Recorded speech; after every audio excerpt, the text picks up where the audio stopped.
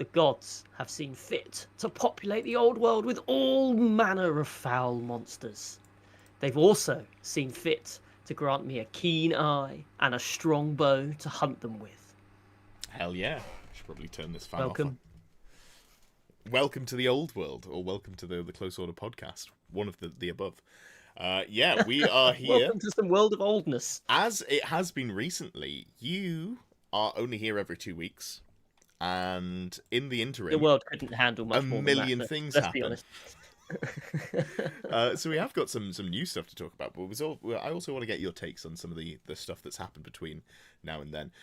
It feels so long since Beastmen was like we talked about all the rules that you thought we talked about Beastmen rules already. Turns out no. Yeah, things have been happening at a fairly rapid rate. But yeah, no, it's going pretty well. Aaron's here. Good to see Aaron. Landon's here as well.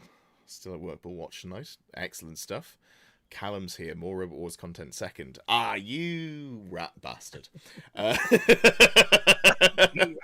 So, I don't understand how this came about, honestly. But there is a meme that Close Order is the channel for second place. I have more tournament wins than I have second place, and I'm still not sure how this came about. But I'm thinking about doing some merch, and I was like, well, I probably do want to do a shirt with just like the channel logo on, but I also don't want to just do that. So I'm sure I'll find something funny to do with second place. I've got some ideas. Maybe for the 5K channel celebration, because we're getting there. We are pretty worryingly close, honestly. I'll blink and I'll miss it. It's been going well. Magic Duck is here. How long till we're the second best old world channel in the world? Is that a way to go? What metric? What metric are we measuring by? What's the metric that gets us closest to second? Is it how cool the presenters are? I think I feel like in terms of actually no, Richie's definitely overtaken. Richie's Dowie After Dark has been absolutely flying. Nothing but love for that boy. I was going to say by actual size of channel. Let's have a look here. I think he might be approaching 6K, honestly. Yeah, this is just a conversation we could have had off stream, but we didn't, and now we're doing it, and you're here for it. You'll never be second unless you fall off. It's weird that you're saying nice things about me. Existence is here. Good to see you, Existence. How you doing? Papa Willie says, let's go, hit me with the rumours. We're not actually going to discuss... So there have been some leaked rumours. I don't know about the validity of them. There are some things in there that make me just look... When you've been playing Warhammer for as long as we have, you see rumour posts pop up, and sometimes you just get a smell for it. And I don't know. I'm on the fence about this one. But if you look at it and you go, okay, so... infantry apparently are the only things that can get up to 2-up saves, or cavalry as well. And then you can also... hand weapon shield gives you an extra save, but you are capped at a 3-up. Can't go to 2-up. Yeah, like it feels like it might just be wish listing, but not done super well. We'll see. And I think we're going to regret saying that. Yeah, just they'll be like, oh yeah, no, actually this is real. No, we'll see. But I not going to cover those. If there's any reason for me to feel there's a decent amount of validity of them, that I'll absolutely cover them.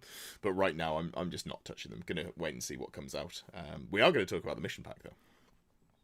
Tanako says, at work still, I'm going to complain to the BBC because I was misled thinking this was a Battletech podcast. What? I'm not sure how. What was the channel one? Beastmen match. Yeah, I'm not sure how you came to that conclusion.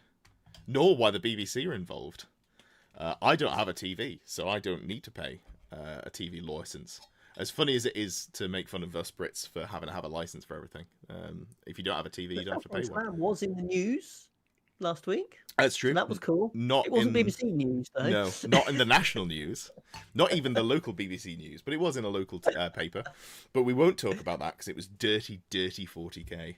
It was Old World as well. It was Old World as well. Okay, and clean Old World. Yeah, I did a summary of the May events, and one of them was 40k, one of them was Old World. So it conveniently helped my numbers look much better when you add both events together. It makes it like the events were massive. Tanaka says, you're taking the piss as an American. First of all, approve of that. Also approve of taking the piss. We're already successfully bringing you back to the fold. Great British slang there. Obviously, that is the vibe that we were on. I just didn't follow, was all. It's hard to convey text over the internet sometimes. But we're here. We're going to be doing some talking. I guess before we get into it, if you're here and you haven't already liked the video, please do give it a thumbs up. Helps us get picked up by the algorithm. All of those good things. Hit the thumb. More people get seen. You should just refuse to talk. You should just be like, I'm going to remain silent until 50% of you hit the like button. And we can all sit here, wasting your time as well as mine. I think I've got a benevolent viewer base. I think as much as the playful ribbing comes in, which I do enjoy, I think people generally are happy for me to do reasonably well. So I don't want to make things, I don't want to start a trade war, is what I'm saying. I'm in no way going to reference politics, but I feel like there are smoother ways to handle the international relations with my chat than saying, I'm putting my foot down, I'm not doing anything until you meet my demands. That's not the sort of streamer I am. That's not where I'm at. However, I've become the second best in the world ever. yeah, something like that. I got sidetracked. Yeah, so already a couple more people liking the stream. Thank you very much. Appreciate that. If you are interested, I am now doing coaching. The link is in the description. There is also a video on the channel talking about the coaching. It's been going well. I think I've booked in about 10 coaching sessions that I've done now. It's been great. I've been really enjoying it. People have been positive, have said nice things to me, which is appreciated, but also funny, because it's like, well, you're paying me for a service, so thank you for saying nice things, but also for signing up. So if interested in coaching, that's in the description. All of the other stuff there. Should we talk about some Warhammer? Should we get onto it? Talk about some Warhammer. We've got loads of things to talk about. We Talk about some Undead Bretonians. Yeah. Chat about some Beastmen, which I've definitely read up on in great detail. And we're going to talk about how Old World is going to become the same as 40k. No, God, no. Oh, no. Don't put that evil on me, Ricky Bobby. That's no, absolutely not. How dare you? Like, first of all, how dare you come into my house and say such a thing? Perfect. You will conform. I think let's start chronologically. Let's start off with the Beastmen rules. And you said to me that you haven't actually really looked at the rules, which is absolutely fine. There's a whole week of Beastmen.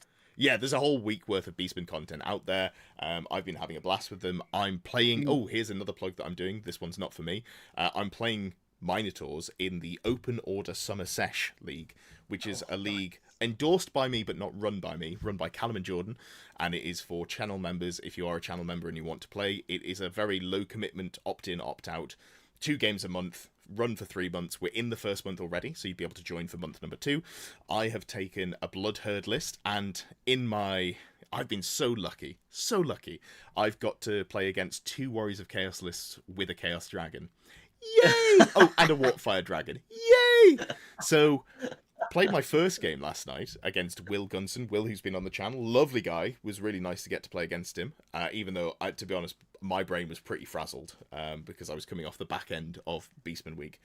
But poor Will had some of the worst rolls. But between us, we had 3 units with stupidity at the end of turn 1. Only one of them was mine. He had 2 stupid units, which is even more impressive because both the Sorcerer and the Lord on Draken had a Favour of the Gods to reroll, so he just rolled 4 1s back to back, which I don't want to say Warhol dice, but that might be Warhol dice. So that was pretty rough. But I did squeak out some decent results. We both had some sort of very swingy dice, but the swingy dice that went in Will's favour, I kind of just managed to curve around. So at one point, one of my units of Minotaurs fled with, it's like 4 Minotaurs plus a character, so it's about 500 points. Or maybe actually it's more than 500 points. And he'd beaten it with this big Death Star of cavalry with a Sorcerer Lord in there. And I got unlucky and I rolled a flea. I was like, well, that's a big problem. This is your turn 1. Because, I'd moved up aggressively. I've got 600 points. Yeah, there goes. And then you're just going to wrap my 1 remaining unit, and it's going to be lights out real soon. And then we looked at the way that I was going to flee, and because of where I was and next to my Herdstone, which wasn't deliberate, but I do need to start incorporating it into my play, is I fled at an angle away. And when when he chased me, unfortunately, he immediately clipped the impassable terrain and just didn't move. I was like, oh, all right, cool. Then I rallied on my next turn, and we just had, I think, like 7 rounds of combat, an absolute slugfest, where I eventually came out on top. But I couldn't kill him, he couldn't kill me. There was some ridiculous rolls going in there. Really fun. I may have to make a battle report out of it because it was a lot of fun. What I might do is play the second one and just go, King of the Hill. Who's the best chaos? Is it these 2 Warriors of Chaos lists, or is it me? So it'd be interesting to see how that goes. But that was great fun. Really enjoyed the Minotaurs, the Blood Herd. Didn't feel like there's something in there then. You think that holds up to the Chaos Dragon list? Or you just get lucky? Kind of, if you're lucky. The problem is, so you could do things where you can have tanky characters that do damage too, and then you can win on static combat res. So my big unit, 7 Minotaurs with 2 characters. One of them's a BSB with a War Banner. I've got the Banner of Outrage in the unit as well, which I didn't actually need to use because I just passed my Primal Fury every turn, which is the thing that gives you rerolls and potentially makes you frenzied. So that unit is sat at like 5 static combat res, I think it is. Banner, War Banner, rank, and close order. Yeah, so 5 static combat res. And then the dragon typically does like 3 wounds into the Lord because he's pretty tanky. He's got T5. Right, okay. He's got a 3-up save. He's got a 5-up save. If he's got an Ogre Blade, it goes a bit more swingy. But Will was playing with the Regen Lord. And I just didn't... I didn't do any wounds to him on the round 1. He did 3 wounds to me. I win on combat res. But then I'm never going to be able to chase him down because I haven't got any real access to Swift Stride in the list. Yeah, you never can catch him. Which is hard to get, honestly. Maybe I need some Warhounds that don't go in marching column so I can charge him with them and get some charges there. But it was great stuff. It was great stuff. So yeah, had a lot of fun, and if you are lucky, you can beat dragons. So we'll say that. I have designed the list to be able to play into dragons, but when you're playing against the scariest, most tooled up Mark and Nurgle, stacked to the 600 points dragon, that's where it gets a little bit dicey, supported by a Warpfire dragon to turn off my ward save. So although as you say, if he's built the more resilient dragon and hasn't necessarily the damage output, that's great against infantry, but not that great against Minotaurs, is it? Because you need more damage output to get through the level of toughness that they bring to the board. Yeah, I mean, he's not gonna, his list didn't suffer for output. He had a big bus of Chaos Knights with a Demonology Wizard in there.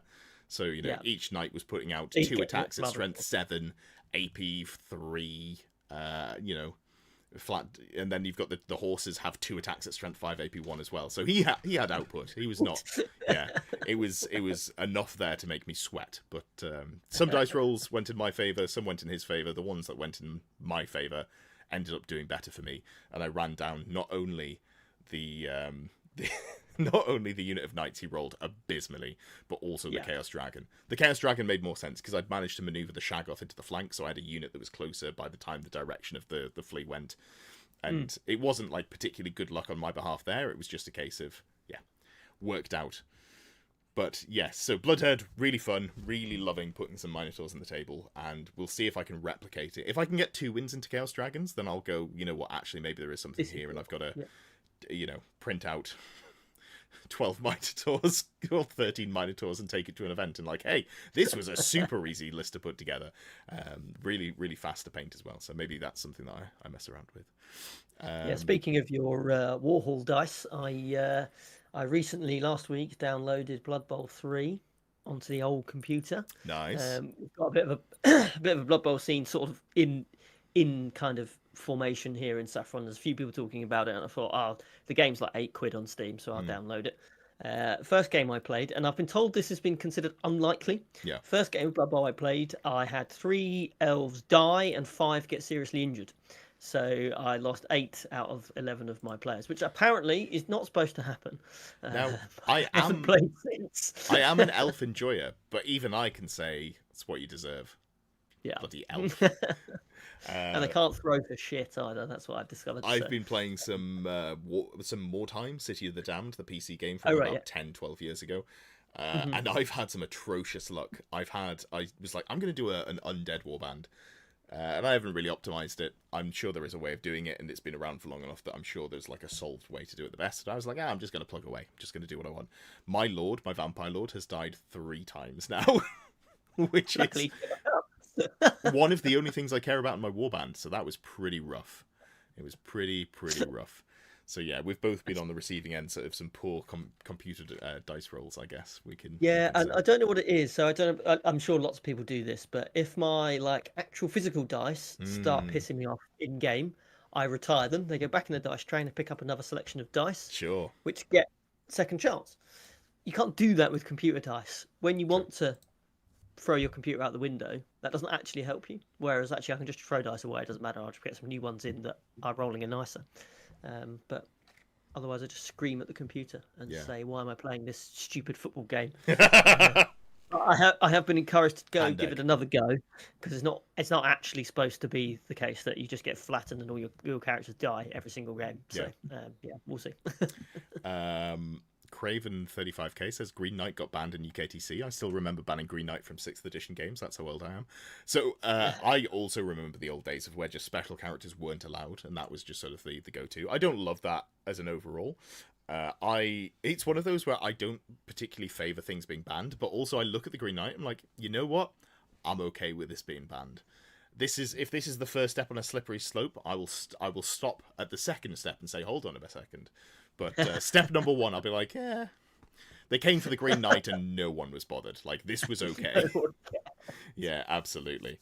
So that's absolutely fine. I think I'm going to be talking to Richie and Tom as well about UKTC, but I assume we'll do that closer to when they're starting to run the events, because they're going to be running them post LGT, so probably they'll be running them October onwards. So I guess we'll having a chat at some point. By then they have the match play guide.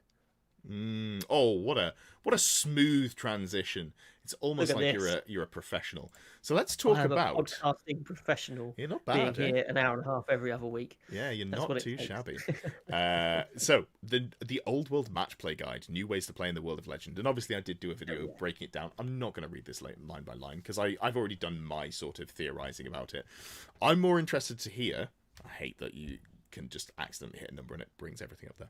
Anyway, I'm more interested to hear your thoughts on it. So obviously, the first thing, and obviously we've seen some rumours, but it says here that we're going to be getting an FAQ and errata document, which is amazing. I'm a huge fan of that, and I'm really glad that we're going to be getting something. Also, we'll have more on that from the Rules Dragon soon. I hope we start seeing like drip-fed rules teasers, partially because that would confirm or deny what we've seen leaked.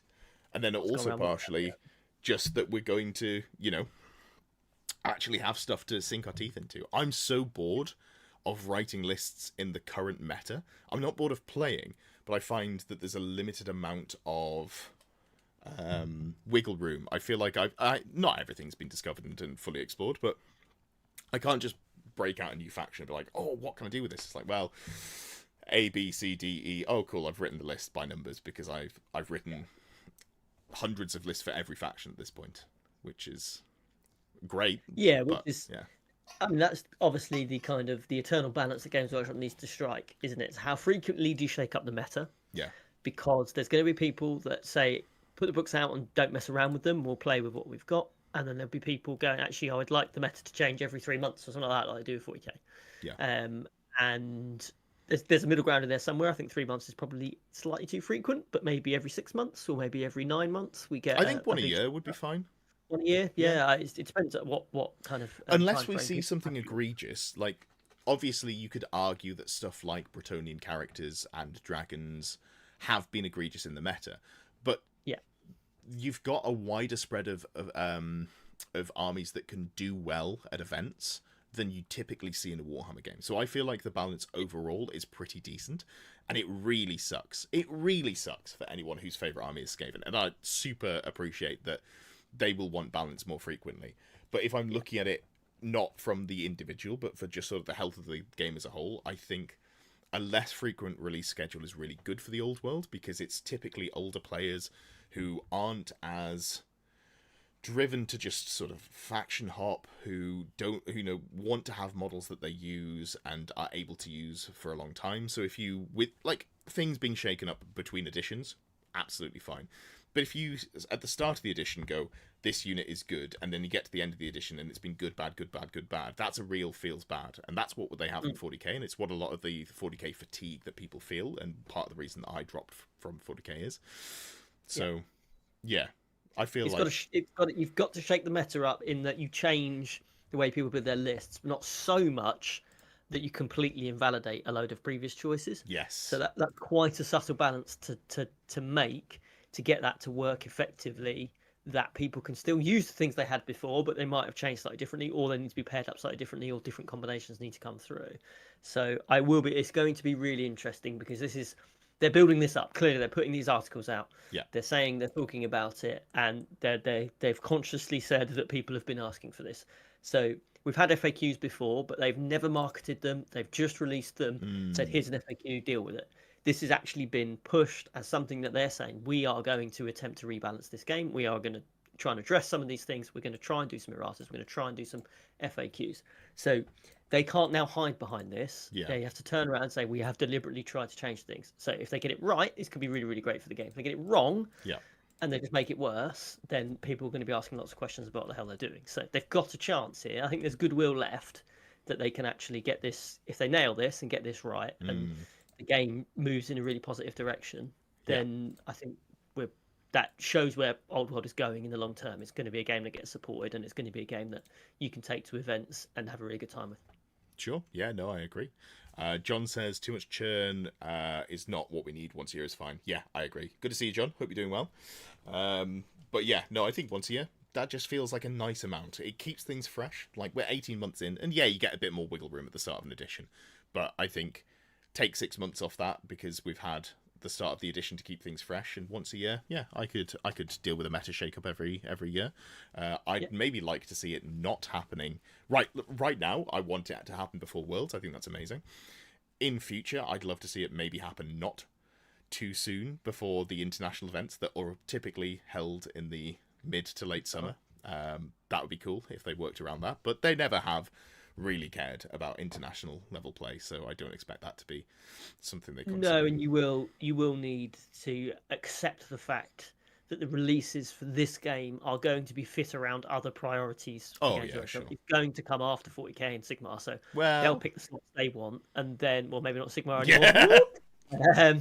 And they will end up in a position where they're kind of subservient to those games, and will fit around them. But as you say, it would be great for like an early autumn release, because you could almost then treat the international event, if that, I mean, Games Workshop are clearly going to pay attention to it, but whether that involved in it, I don't know. But they'll treat that as like the finale to the end of the season, or whatever they're going to call it. Yeah.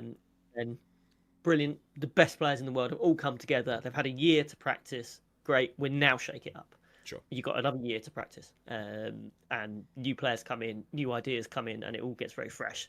And it means actually that end of year event, whether it is the international event or they go over to the Worlds in November time, World Championships, and add Old World into that, and it comes in early December. Yeah. You get that kind of year to build up to it, and really treat the whole thing as a kind of big event with a big kind of finale, all fireworks.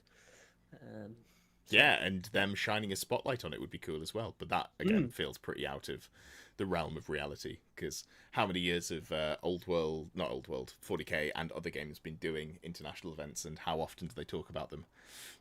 Yeah. It's not something we'll see. I mean, okay, it gets talked about a lot in 40k now, but that's taken a long time to get to. Does it get talked about by Games Workshop, the international events?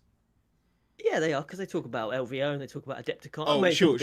I'm not talking about the, like, we're going to get 1,000 people in a room events. I'm talking about international, as in Worlds. Oh, I don't okay, think that yeah. ever gets referenced. Yeah, probably not. No, you're probably right. But anyway, we shouldn't be whinging. Not their audience, because there's positive things coming. I'm feeling positive about it. Yeah. And obviously the contents page here is the thing that's most obviously interesting. So I went through, gave my thoughts about it. But do you want to just talk through what you think this might be? So I can reference the 40k version of this, and they have clearly modelled this contents page basically quite similarly to the 40k one. The order's slightly different, but all of the sort of things that we see in the 40k companion are present in the old world one, based Even on the doubles. contents page. Well, doubles isn't on there, no, to be fair. So there's the 40k stuff, which is really kind of where I'm at, and then there's some extra bits in there about Alliance of Warlords and things like that, which it's going to be good fun stuff. So it's quite nice actually that they'll bring in this kind of these extra things that make Old World a little bit more fun in lots of people's opinions. So, but it's things like, so for example, near the start they've got a tournament scoring, victory points, and ranking. So what that's done with the 40k one, and assuming they translate this across, is that they suggest how you should pair your players at an event. They suggest how you should place your players at an event in terms of tiebreakers and things like that, and how the scoring system should work at an event. Yeah. So that sort of stuff is really, really great because, in my opinion, if you can get the sort of basics of an event consistent across the whole world, so every single player going to an event knows roughly how the game's going to be scored, how they're going to be placed, and how they're going to be paired. That actually just helps make things really consistent so that every player going to an event knows what they're walking into. Great for new players, great for everybody to get their heads around. You can play around with missions, you can play around with all the other stuff after that, but actually to lay that out right at the start of the document, to say, actually, if everybody does this, we're all playing out on a level, and you get that kind of consistency, so people don't go to an event and get surprised by the fact that they've been placed in a different position, or they've been paired up weirdly, or something's changed that they're not used to. Yeah. And the more consistency we can get, I'm not saying every event should be a carbon copy of each other. I deliberately run different events or try and make events different to what the kind of competitive standard is. Yeah. But at least if you can lay out some ground rules that everybody follows, and this will obviously require take up by all the TOs, and Old World TOs are clearly more independent than the 40k ones, so you very much follow the line. I think that's a really potentially strong start for us to get to as an event running community and then an event going community. Yeah. Just to point out though that the line in 40k is drawn in permanent marker, and the line in Old World is vaguely scratched on a ratty bit of a bus ticket with a pencil that hasn't been sharpened since 1993. So I'm not sure that we can necessarily draw strict comparisons about their ability to follow the line. Couple of points in chat. John says, the Saffron Slam end of July. What's the cutoff date for the match play guide to be used? You could be running the first event with the new setup. Very exciting. It's very exciting. So the cutoff will be the week before. So the Sunday midnight before, basically. So I line it all up with list submission. So if it comes 19th of July, then great. If it comes like the Tuesday after, what I'll probably do is I'll do a poll to the people going to the event. Yeah.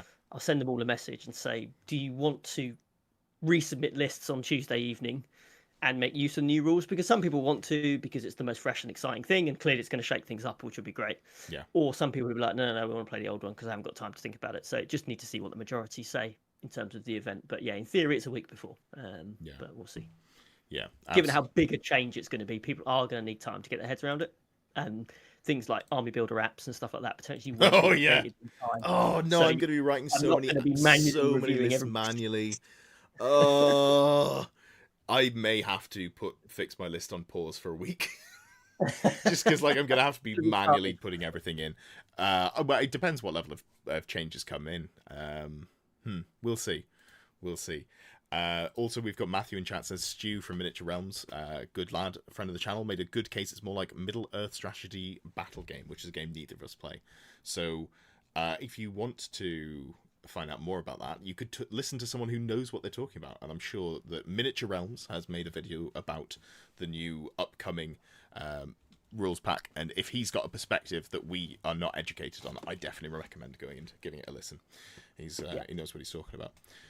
Perfect. So let's get on to what's in there. So first of all, we've got tournament scoring and victory points and rankings. Any thoughts on that there? That's what I was just saying, that actually they've got that up front. That's what I'd like to see, make that consistent pairing and placings process. I think if we can do that, that's a really, really strong start. If events stop at that point, I think that's already a positive step forward for the community. Yeah. Army composition. So I'm assuming this is going to be changing how Grand Armies, Arcane Journal armies are all put together, or putting limits on characters, wizards, that sort of stuff. Yeah. It's going to be interesting how they do it, because we're gonna start creeping into the territory of there being books all over the place. Yep. which is very much something that games like 40k have moved on from. You don't have to. It's all on your phone on 40k. You don't have to take anything with you to an event anymore. Sure. All in one place, all updated, all digital. Obviously, annoyingly, you have to buy the codex to get it upgraded onto your phone. But once you've done that, you never have to look at the codex again. So we're going to be in a position where you'll look at your Grand Army potentially in the Force of Fantasy book or whatever. You may have units that are in the Arcane Journal. You may then be looking at different composition rules in this tournament pack. So you're starting to add in layers of books that you need to bring with you, which is, in my opinion, that's never a good thing, because that just adds layers of confusion for new players. So I'm going to be interested to see how they do this, and how easy it is then to digitize it, to potentially make it easier for people just to refer to one thing that's got it all in. I know, like, I talk about second in command quite a lot. He's quite good. He's adding in, when you start building a list, you can pick whatever comp pack it is that you're using, and it updates all of your what you can and can't bring automatically. So that's really useful. So it would be great if this is just something that could tacked onto that. So you open your list builder, create a new list. What army comp are you using? We're going to be using the Games Workshop Old World mission pack, or Old World comp pack with a Grand Army, and it'll filter what you can and can't bring there. So I think that would be okay, but it will be interesting to see what they've done here. I think it's needed, but Matthew says, not obvious to me that non-TOs will need this. I think that's fair. I think there's a real chance that you just find the rules that affect everyone online, which, if it's just this 3 pages, great. And then, the scenarios will make their way online pretty quickly as well. So and I mean, probably looking at some of them, they'll end up in most event packs, I imagine, depending on how it's all framed. But again, I can only refer to 40k, so I'm going to say that word a lot. But this is, for 40k, this is completely free. This is just a PDF you download. You don't have to pay for this. The tournament companion, so non-TOs can look at it, TOs can look at it. So from a non-TO perspective, you've got all the terrain layouts on there if you're using Games Workshop terrain for 40k. So people that go to events might look at this because they can lay their terrain out based on how Games Workshop suggests. So it might be used by attendees as well as TOs, but to be honest, as a TO, to have the people making the game bring this out and actually say, we've got your back, TOs, we're going to give you some suggestions, we're going to make it so you haven't got to try and guess what people are going to like from your event. This is how you should run them. I think that's really useful. Sure. Matthew says the 40k version isn't free, it's in cards no one can afford. Oh, no one can find. I see, yes. Well, I think they do release stuff online for that, because they are aware that the actual physical cards sell out immediately. I'm glad that they haven't announced that cards are coming for this game. I don't want to have random objectives that you draw every turn. I don't think the game works in that way. So it's not flexible enough. No. And then there is one page describing the field of battle. How to set up terrain, probably. It might literally just be here's the standardized format for if you're playing an event without a set terrain layout. Here's how you do terrain formats or something like that. I doubt it'll be examples of. It might just be this is the order of you roll off and here's some terrain or something like that. Yeah, this is the bit that slightly disappoints me, because what we've seen for 40k is they've got 8 terrain layouts in their companion. So depending on how your board is orientated, whether you're going straight, diagonal, squares, whatever, they've suggested 2 or 3 layouts for each. So you can always mix it up. You're not playing on the same terrain each time. Sure. You can mix it up as a TO. You could just add your layout in. Lots of TOs in the UK use UKTC as well. But fundamentally, they've suggested more sets of layouts than there are missions, meaning you can always keep it fresh. Fixing it on one page.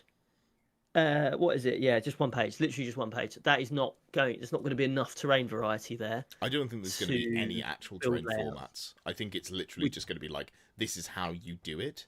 The written instructions. So maybe we see terrain formats on the scenarios, which is the next thing up.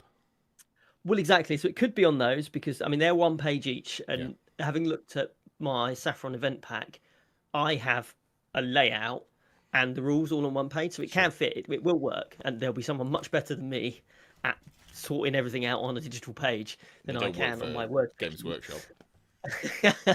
I've seen the copy editing. I love the game, but I'm still going to give you shit for the way you release things. But what concerns me slightly with that is that you link a mission to a terrain layout, Yeah, so it's always the same. Whereas actually for 40k they've delinked the terrain layouts from the mission.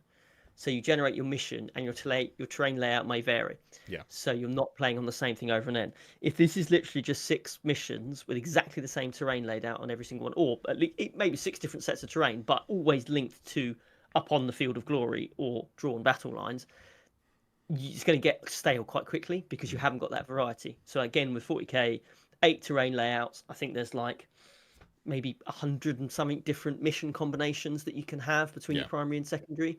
Um, so suddenly you've got thousands of potential combinations of primary mission, secondary mission, and terrain. So you're never going to end up in a situation where you get a bit stale. And if this is a document that's going to last a year, which is what the 40k one does, if it's just the same 5 missions over and over and over again, yeah, you're just going to get in a situation where people just start making their own missions again. sure. Which I've nothing against. Crack on, knock yourselves out. But what I would quite like to be able to do after this coming out is run my Saffron events like I run the 40k events, where the bottom 80% of the field are playing on fun terrain. We mix it up, put lots of different rules in. But the top 20%, i.e., after the first game or two, the people that are winning and are probably taking it slightly more seriously, get to play on what's considered the competitive standard terrain. Yeah, Um, and so that they don't feel like they get screwed by terrain, or they're able to then play against people of a level on them on a terrain set that they'll all recognise. mm, So I would quite like to be able to walk away from this with some terrain that I can go out and buy, knowing it's going to work for most of their missions. But this does concern me yeah. because I don't think we've got enough in there. That's fair. Freaky Wolf says, as a casual with a club, I hope it gives us more scenarios without great hassle. And I think that's what this sort of thing is perfect for. Like, the tournament scene will just happily make their own event packs. That's fine. What I'd love to see is a lower barrier to entry for people who are enjoying or want to get into the game. But there's just so many levels of getting into a new game that the easier you can make it, the better, in my opinion. So I think that's the sort of big thing that I'm hoping from these scenarios. If we see some great scenarios, hell yeah, love to see it. But if we don't, or if we find them to be a bit repetitive, yeah, TOs can just make their own events, make their own mission packs. They're doing that already, so I'm not super worried. I'm just hoping this is good for the more casual crowd more than anything else. Well, it's been marketed as a tournament companion, hasn't it? So Sure. it's I'm all for marketing things or making things for the more casual crowd and the more narrative crowd. Absolutely fine, great, brilliant. Yeah. But if you're marketing a document as a tournament companion, I think you should be aiming at making this as balanced and as competitive as possible, Sure. and then have everything else fall out from that, and bring out campaign books. Something like the Arcane Journals, they've got really fun missions in. I don't know how many people have played those missions, but some of them are great. So it's like so much you can do from your Arcane Journal. Yeah. But I guess the interesting thing is that they've got 8 pages of secondary objectives. Well, that's the thing that I was curious about. That's a lot of secondary objectives. Tell me your thoughts on those. So, as you say, I don't think they're going to go down a road where you randomly draw secondaries each turn and have to complete a task. Indeed. I don't think. Otherwise, they'd be selling us cards, so we know that's not coming. They'd be selling us. Although, by the sounds of it, some of these secondary objectives would probably work quite well on cards, if they're all different ones, and potentially you pick a certain number of them to complete over the course of the game. Oh God, and I hope not. That's like so many moving parts for a theoretically slow game. Yeah. Whether there's like a percentage of your points is going to be gained from completing these, I'm assuming that's how they're going to run it. You'll get certain points for your primary, which is scenario 1, scenario 2, etc. And then 30% of your points will come from secondaries. And yeah, it will be really interesting how they make these, because you want them to be dynamic. If you're going to bring them into the game, whether you think it's a good idea or not, and you want to veer away slightly from being completely related. Rat emoji. Thank you, Rat Bastard. I appreciate your ever-present rat emoji. Please continue, Lewis. Has he given us some money? Yeah. But the best thing is that my Welsh text-to-speech voice bot just says rat emoji. It's... Anyway, yes, please continue. So if they're going to veer away from having victory points as their primary... Tengu emoji. Excellent. I didn't even catch what that one was. Thank you, Matthew, for renewing your membership as a Grand Knight. I appreciate that. This is the part of the stream where we get derailed. Anyway, I think you were having a thought. I've lost mine, so I'm clean, it's tenuous. I'm clinging on to this thought. good man. About veering away from having victory points as your sole way of scoring the game. You're going to move to a system where you have victory points plus some other fun things you have to do. Sure. They can't make them random, I don't think, because the game doesn't move fast enough for random. God, no. You can't just be in a place like you can with 40k. You can't just chuck something 12 inches away. It just does not how it works. So that does limit you slightly on some of the objectives that you could take if you were lifting this straight from 40k. So it's probably going to be more like, over the course of the game, do a thing. Derailed emoji. Which it's going to be a bit arbitrary in terms of the MacGuffin. You've got to go and find the thing or do the thing over the course of 5 turns. So I'm going to be really interested to see how this. They clearly put a lot of effort into it because it's 8 pages. It's like, what's that? 20% of the book is. Maybe they use big font. Yeah. Or they've laid it out like cards across the 8 pages, so you can print it out and cut them out if you don't want to buy the box. Yeah, the box that doesn't exist. Yeah, so I think the way that I would be okay with secondary objectives, if it was just like, here is one that you pick, and they just went for every situation. It's like, you get 50 additional points for each monster you kill or something like that, and they just go, you can pick one secondary. If you like, maybe make it so it's not an auto choice, so you have them every game. Make it an optional thing, so if you don't score your secondary, you give up 100 points. And let's keep it small. I don't want it to like massively weight the game, but like a little bit of spice is fine. If you don't score it, you get 100 points. Your opponent gets 100 points, but if you do score it, you get, like, let's say you pick a monster slayer, you get 50 points for every monster killed or something like that. I don't know how you'd balance that in terms of making it worthwhile, but also not just sort of taking over the game. But one thing that you pick to deal with your opponent's army would be interesting, and they could tailor. This is something that tournament organisers can say absolutely not if they don't want it, which would be fair, and they have been labelled as optional secondary objectives.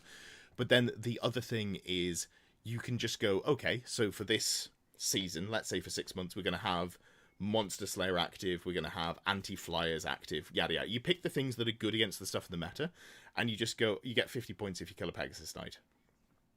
Sure. That's probably too much. But, there may be something in there that incentivizes playing against the strong list. I'll be honest, I've come up with that as I'm talking about it, and I don't know how I feel about it. That kind of just feels like we're verging into some sort of Swedish comp or something like that. But, I don't know. Yeah, it will Make be them interesting. optional. Yeah, because I think effectively, so all of my Saffron missions have effectively a secondary objective. Yeah. In that there's something either moving around the board you've got to capture, or there's things you do on the very close one. If you kill stuff really, really quickly in the first turn, you get some extra points, or your flanking unit kills something. Things like, so there's ways of scoring extra points. They just score you maybe 100, 200 points. So they're sort of 10, 20% of your score. So they're really there. They'll swing a draw into a win, or they'll swing a close win into a slightly bigger win. You'll never win the game because you've done the secondary. Yeah. It's there to just give you something else to think about. So this is going to be interesting to see how they pull it off, because it could, as you say, it could be really good. If to get it right, it could be really good fun. And the bonus of secondaries in 40k, for example, is that for new players, if you're not sure what to do, because it's quite overwhelming, isn't it? You've got a 2,000 point army, whether it's 40k or Old World. You've got your opponent's one over there, and you're just a bit like sometimes like, how the hell? Where do I even start?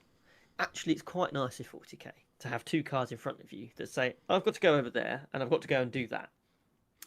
Well, let me just start doing that, and then you score points. But I think if you look at Old World, the game is so much more linear. You literally have to move forwards unless you use maneuver. So I don't know that you need something to say, kill your opponent, because in 40k it's very much like I've got all these skirmishing units that can theoretically go anywhere, but in reality go to very fixed certain points. In Old World it's like I've got a whole map to play with. How do I want to position in the pull and pull of battle for my my getting my enemy units. Oh, hold on. What about the rumors from today? What does Lewis think? Or does having a real job as a crash test dummy stop him knowing about them? Car goes bang. Thank you, Stephen. Thank you, Tanako, as well. So Steve was asking if you having a real job as a crash test dummy stops you from knowing anything about the rumors from today. I said earlier, Steve, I'm not going to talk about them until I get like some sort of sign as to whether they're valid or not.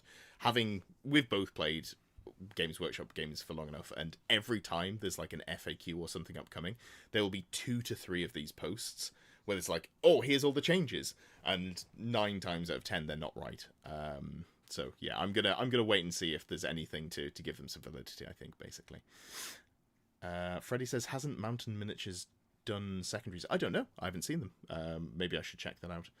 And Charles said, could this be that we have 1 page of secondaries per faction? Oh, well, maybe there are faction specific. Interesting. Yeah, that's a really good point, because suddenly that makes me go from like, oh god, that's so many, to like, oh, there's like 6 normal ones and then like 2 per faction apart from the legacy factions, and that makes a lot more sense. That's where it starts to get an issue, because if they've used it as a way to drive a wedge between the legacy factions and the core factions, that yeah, from a TO perspective, I'm just immediately not using them. Yeah, because I don't want to alienate 50% of my players and say you can't come to this event because Games Workshop have deigned not to give you any secondary missions, so you're just going to be at a massive disadvantage in every single game. Sure. And then you end up in a situation where someone makes a load of secondary missions for the legacy factions, and you get to the whole point of what this is, I assume, trying to achieve is stopping people going out and making their own rule sets and their own FAQs and their own things. I love the Renegade thing. It's been great. What they've done is brilliant. It's allowed some of those factions to come into play. But fundamentally, it would just be better if Games Workshop had looked after them in the first place. And we didn't need to have all this community stuff, all this community comp and all that sort of stuff. But if they start throwing stuff in here that is completely counter to that, then we are just going to have a situation where this just becomes another one of the things that you might use to make an event, by which point it was a bit pointless. Matthew says faction-specific secondaries have literally never gone wrong in 40k. Oh, do I hear Sisters of Battle? Oh, man. Or Necrons. Anytime that you can just score points without interacting with your opponent, it all goes wrong. Yeah. Can you imagine if these secondaries or secret objectives would be drafted like a draw 3 and throw 2 away? Yeah, like you're getting into 40k territory there. You can do, you pick 2 a turn, throw them away. Yeah, I don't love that system, especially for something as slow as Old World. Yeah. So that's the secondaries, and then there's some rules for doubles and an alliance of warlords, which could be doubles or it could just be allies. I think, did they not confirm is that when you can have multiple players playing all at the same time? Oh, okay, done cool. That already? So this is like, I think initially I was a little bit harsh on my perspective on this, and I cooled on it after having some time to think about it, because this does not, everything in this, I know you said you want it to be usable for tournaments, but not everything in this book has to be for me. If there are just more ways to get people involved, doubles are great for friends who have limited time or experience or want to get into the hobby, or for partners, or whatever angle that you can get a second person in. If you can get that person hooked, the first hit is free. The doubles event, come to a doubles event, it'll be really fun. And then soon you've got them, painting your Marauder horseman for you. So yeah, I'm warming on it now. And obviously, if people don't like the rules for doubles, they'll just do their own stuff for doubles. So it's whatever. And then I assume same for the allies. Yeah, same for sure. And they've got secret objectives right at the end, page 47. I think those are labelled as incredibly optional. Well, no, it just says optional. Secret objectives, not a fan of this. Anytime there is any level of hidden information, people will abuse it. We have seen, in the 40k scene, a couple of people asked not to return to the main UK tournament circuit because they have been cheating. Now, I'm not going to go with any specifics, but there have been a couple of people who have been like, oh, no, I've definitely got this secret objective, or haven't, or whatever, haven't declared that they're doing something, and then it's happened, and they're against less experienced or less confident players, you get away with it, and then you hit the one person who calls you on your bullocks, and So I just worry whenever I see that sort of thing. They're used, they're taking them out of 40k now, but they were used as a catch-up mechanic. Yeah. So they were used as a thing. If you got behind in the game, you could use them to get yourself a big chunk of points and catch up.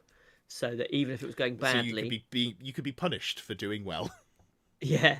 So you could do a Hail Mary that was very unlikely to succeed, but if it did succeed, it would get you sort of 20% of your points just kind of dropped on top of you. I quite like the idea of a catch-up mechanic in the game. I'm not sure secret objectives are the way, and the way that they've written the article suggests this is not the case. They've literally said it as something to mix up and change the game, which is clearly not. It also says optional, so I'm just hanging on to that tightly. Callum says, is that why you came to Old World, insinuating that I was banned from 40k? No, actually, you dickhead. Respectfully, with love. I stopped playing 40k before they had secret objectives. Thank you very much. And then they brought them out, and then they got rid of them, all in the time that I haven't been playing. So they also identified that it was a bad idea. I wasn't even playing 40k at the time, but I was keeping my finger on the pulse just to see if there's anything worth learning about. And I saw that, and I was like, well, obviously not worth coming. You have a really interesting catch-up mechanic now, but I don't see how you'd work it for Old World, because you'd have to be keeping track of your kills as you go along, which is a right of fact. Yeah, we'll not talk about it here, but I vaguely looked at that and was unimpressed. If I'm ahead, I don't want to be, punished for being ahead. So that's maybe a difference in whatchamacallit, in perspective. You're a filthy casual. But yeah, that takes us to roughly the end of the tournament pack. Anything else in there that we didn't cover? I think we've just kind of gone through everything there. I think it's there. I think I'm cautiously optimistic. I think if we can get tournament organisers all helping everybody play the same game wherever you are, I think that's really good. If it can stop some of the random community edited stuff happening, then it just helps everybody, I think. But it's got to be good. People won't rally around it if it's crap. Sure. So we'll see. That's super fair. Super fair. All right, we'll move on. And you have been hard at work doing some painting. Let's go. Oh yeah, it's finished. I'm ready for Cathay now. Give it to me. Which is pretty impressive, because you were talking about starting Undead Bretonians, and I was like, I don't know if you've got time, but here we are. You've managed to knock out. It does help that I've got a scheme nailed down, and we're pretty confident how it all works. So, absolutely. Yeah. You've got two of the mother-in-law. I've made one the male one, so I've got a father-in-law as well. Very good, very good. The mother-in-law of nightmares and the father-in-law of nightmares. Yes. What base are they on? Are those? They're Pegasus, whatever the Pegasus ones are. The Royal Pegasus, the 60x60s, I think they are, something like that. Yeah, I can't remember the exact size. I've got bigger ones if I ever want to run them as Abyssal Terrors, because they're on 100x50s. So I literally just stick them on top. I'm going to magnetize it so they can go on top. That's a dragon, Abyssal Terror. I think Abyssal's on a 50x100. Yeah, that's what I said. Did you say? Oh, I may have been so keen to correct you that I misheard, which is possible. So if Undead Dragons, someone else check the tapes. By 100s. Yeah. I thought you said the 100s by 150s, but maybe I'm incorrect on that, which would be okay. But yeah, well, yeah, 150, whichever way around you do it. But yeah, so they're done. They're really cool. I love cavalry on triangle formation. Sure. Just looks so much better than square on. So I'm very excited to see that. I'm going to play on Thursday, but what I don't have, Ed, is a list. I have models that I think roughly are going to add up to 2,000 points. Yeah. It's not a very serious game, so I want 2 stupid Bretonian characters, and then I'll fill the rest with Knights of the Realm and Grail Knights, and we'll see what happens. Yeah, absolutely. So let me just see if I can pull up here. If we go back to this, if I go to Old World Builder, hopefully this doesn't crop out too badly. I think it should show most of what we're going. Taking ages. Ah, yes, this is going to crop poorly, but it's fine. So you're wanting a couple of characters for Errantry Crusade specifically, you were saying.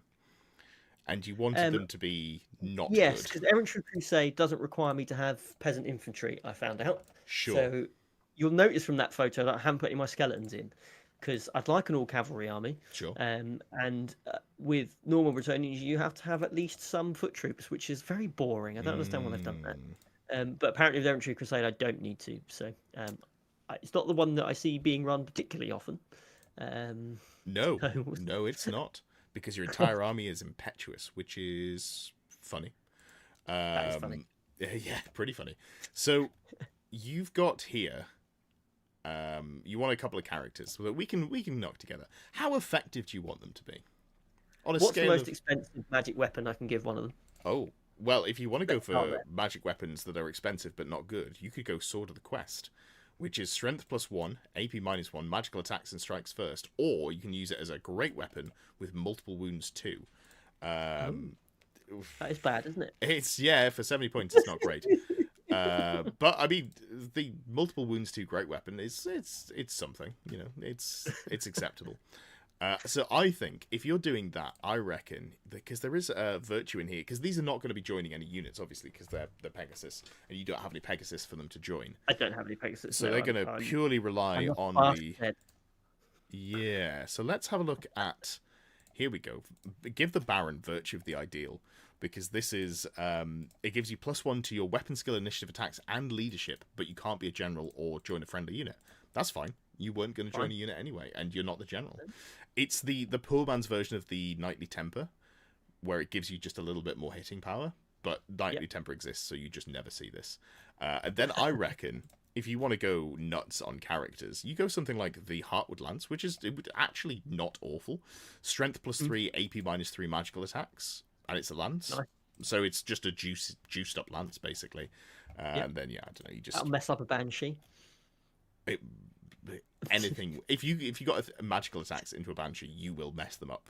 That is known. And then we've decided to give your Duke... 2 ranks messes up a Banshee.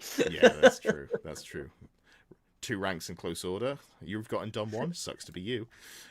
Cool. So we've decided, or I've decided, I'm giving you Sword of the Quest on your... Oh, let's do it. Yeah, I don't know what else you can go, because you normally only take the top 2. Is there anything that's worth going? Oh, here we go.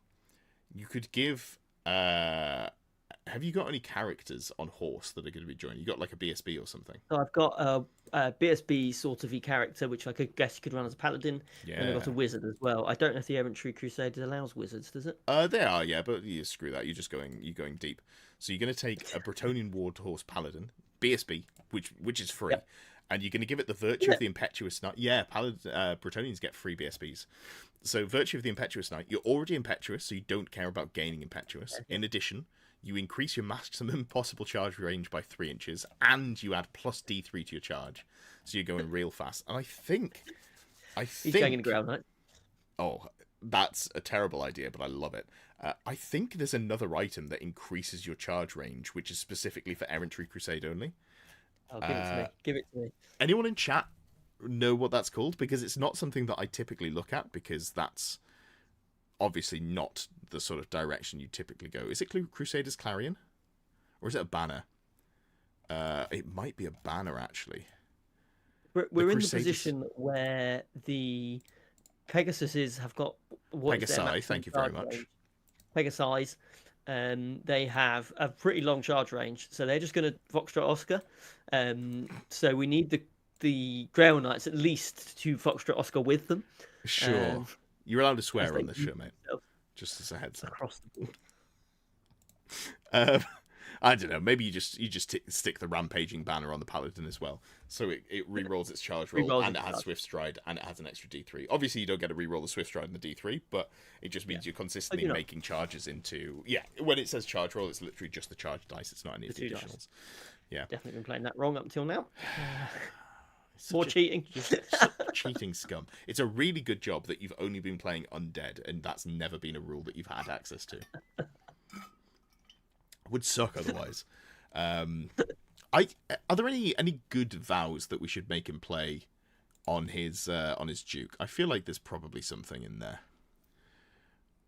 Virtual Audacity.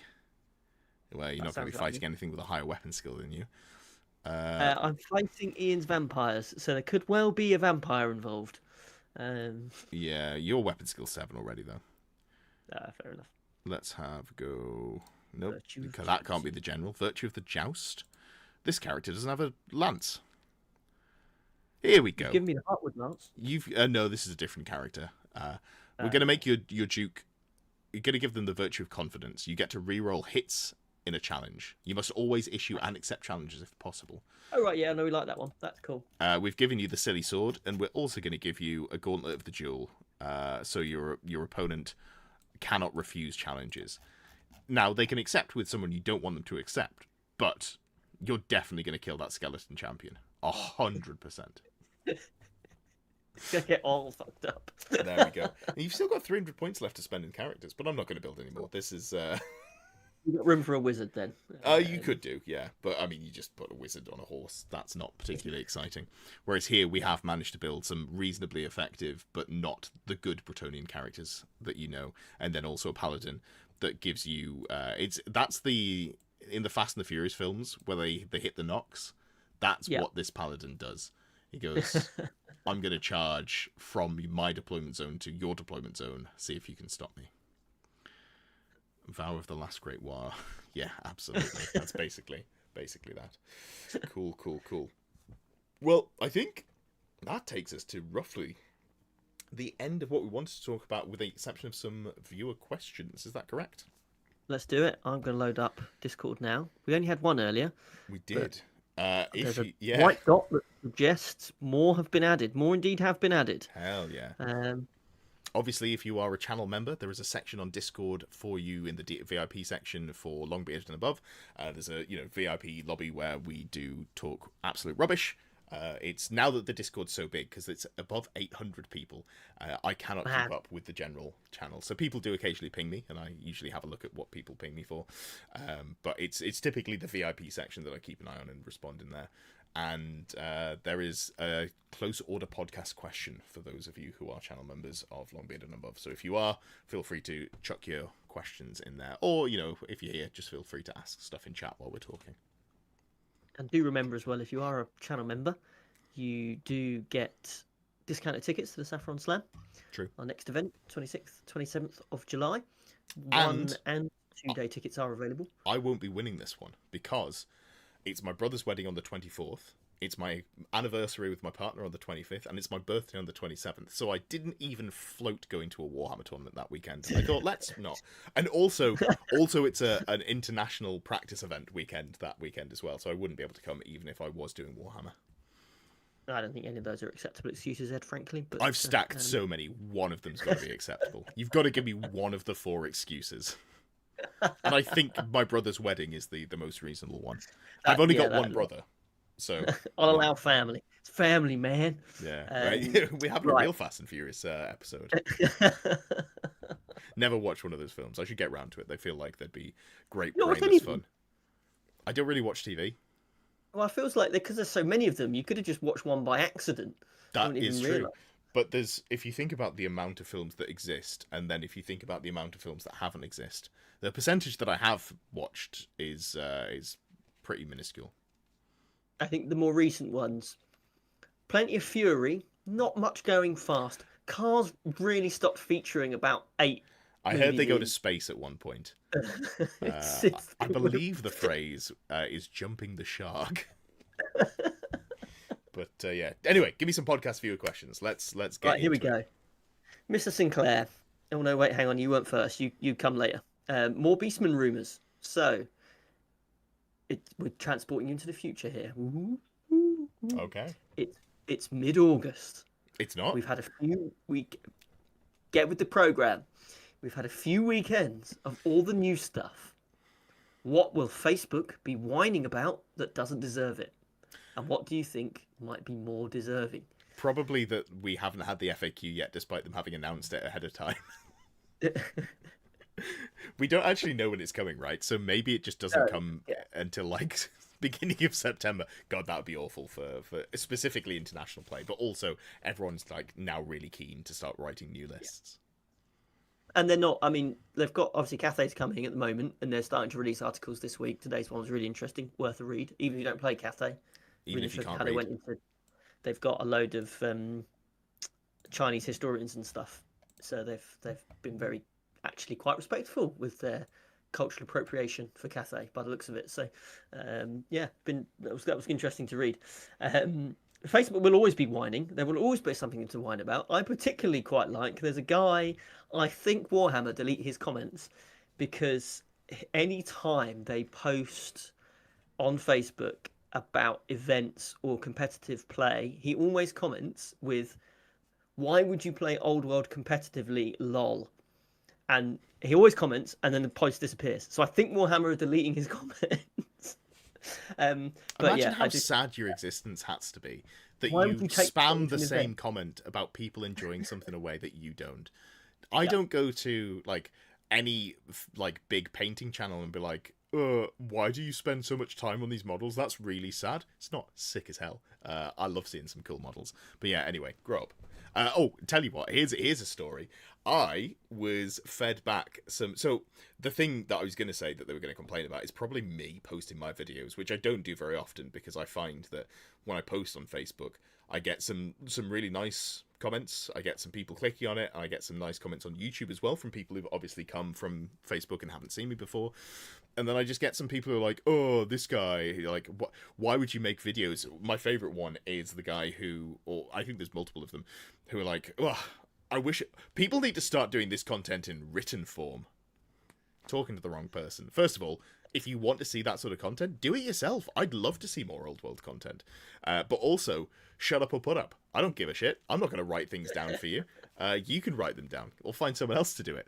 Like, I never understand the urge to complain People, under things that you like are not actively causing issues, but you just don't like yourself. It's fine not to like me. You know, at least 2 people in the world don't. I'm lovable, but there's got to be a couple. Oh, sorry, I hadn't included you. However, there's a segue here. Oh fuck, I said it right. God damn it. There's a seg here into a funny story. So I was told about someone who was very vocally complaining about me at a tournament, which I wasn't at the tournament. So get out of, I don't want to live in your head rent free. Not interested. But yeah, that person was being vitriolic about me apparently. So that someone just messaged me and was like, "Oh hey, just a heads up, this person was chatting shit," and it was someone who I trusted. Because they played you? No, I've never met them. They didn't like how I fixed their list on Fix My List. Said my attitude was disgusting. So I went back, watched the section. There was nothing wrong with it. And just decided they're a dickhead, and I've banned them from the Discord because I have no interest in fixing another list for someone who's just going to go and talk shit about me at events. No, fair enough. Although to be fair, living rent free does sound quite nice when you're between jobs, even if it isn't someone else's head. Yeah, you know what? Fair play. If I really wanted to live rent free, what I do is I persuade you to put an event on every day, and then I just be like, I'm just gonna come down to this event. I'd start playing 40k again. Just live in your spare room. Yeah, that'd work. We have veered madly off more Beast and Rumors question. I think basically, if you want a serious answer, what they're going to be whining about on Facebook is how good Cathay are, because there's no way Cathay are coming out and not being good. So Games Workshop cannot write rules to push models. I'm not saying that they don't try. Maybe they do. I don't know. I don't think they do, but maybe they do. But it just never works out. You look at all of like the Space Marine releases, and every time like a new Space Marine unit comes out, you're like, that's just bad. Why have you written that? I love that I'm living rent free here, but damn you live. I love that I'm living rent free here. Yeah, absolutely. But damn you live like this. If I live rent free in your head, I'm going to start judging the way that you live. Like that's maybe the main reason to start thinking about really important things. But also like stop thinking about me. Go outside and touch some grass. You think about the game if you want to. I'm not important. But yeah, I don't know what they'll complain about. But it could well be Cathay, just because you're going to go to events and 40% of the armies you're going to see there are going to be Cathay. For like a solid 6 months, I think there's going to be a big uptick in Cathay, which is cool. Yeah. And I'm super jazzed for how that's going to be, good for the channel and for the hobby in general. I still pretty consistently see people commenting going, I don't play Old World, but this is amazing. Yeah. Which I think is a good sign. It's going to be a big boost. So, yes. Right, let's go on to Mr. Sinclair's question, shall we? Absolutely. How do you feel about the battlefield decoration terrain type? I think it might unlock some very immersive boards. Any ideas how you'd place it? This is like barrels and little shrubs and things like that that I think broadly don't have any effect on the game. Like you just move them out of the way if you put your models in the same place. God damn! There's a section for battlefield decoration. Yeah. So I'm pretty sure you don't interact with it, do you? I'm pretty sure you just move out of the way if it gets in the way. How do I feel about it? I now know it exists. The rule is they rarely interfere with the battle. They're ignored for the purpose of both movement and combat as if they were not there. If they ever interfere with the position of a unit, simply make note of its position, move it aside, replacing it when it's convenient to do so. However, they may obscure a line of sight. Oh. So Well. if we find that dwarf gun lines are the big thing, they're the most obvious ballistic skill shooting unit, army. I'm going to start requesting lots of barrels so that every one of my units gets at least partial cover on turn 1. I've got so I do it for the 40k events. I've got loads of like oil barrels and stuff like that. Yeah. I don't know how realistic steel barrels of oil Capitalist pig. are in an old world setting. I knew What I it. do have, so for some of my boards, I do have like little things, but they have to be. I think it's 2 inches wide max, isn't it? And I think they're probably 3 inches wide.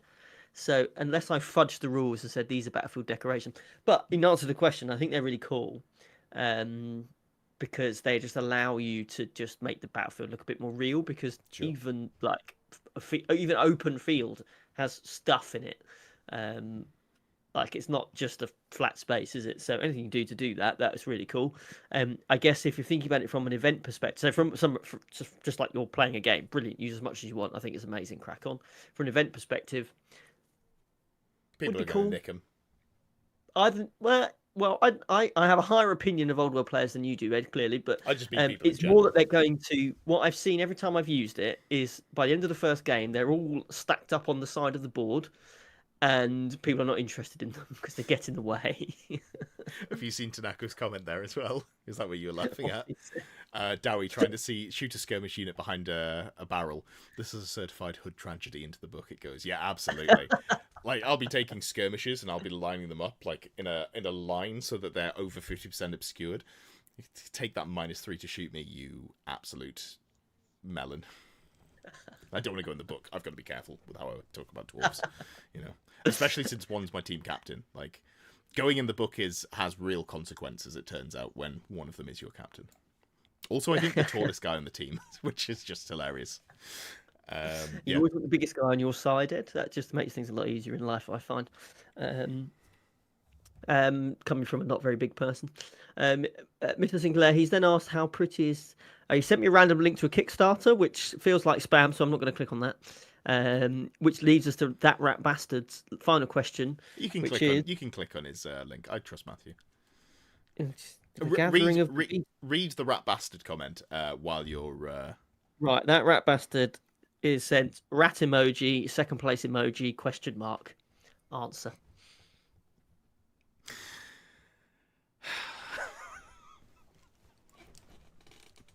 Cool. Thanks for that, buddy. Appreciate you taking the time. This is 20 pre-supported STL 3D printable Beastmen Warriors miniatures with 2 unseen monoliths. Fantasy table games. Oh, that is pretty cool. Oh, okay, sweet. They're these are like herdstones. These are like 3D printed herdstones. Oh, that one is nice. This isn't very engaging content. This is me scrolling. Yeah, well, I'm going to cut you off there. I'll have a look at those later on. I'm not going to put them on screen because the way that I've got to being able to have Lewis on screen without him dropping out every 30 minutes, and it was specifically a Lewis problem. What? No one else used to drop out. It was literally just you, which is bizarre. I don't know why. I'm not blaming you, but I am blaming you. Anyway, so I screen record from Discord. So if I was to go to, in fact, let me just click onto the Close Order Discord channel. Look what happens to our faces. They go away. So I'm just going to go back to here, and yes, yeah, I'll have a look at those at a later date. I'm sure they'll be cool. But yeah, that's about that. I think that takes us to the end of the stream. You know what I like to do here? I like to cut off Lewis before he gets to answer my final questions. I'm not going to do that this time. Is there anything that you want to talk about here? Cathay is coming. Cathay is coming. Yeah, absolutely. And with that completely unexpected, respectful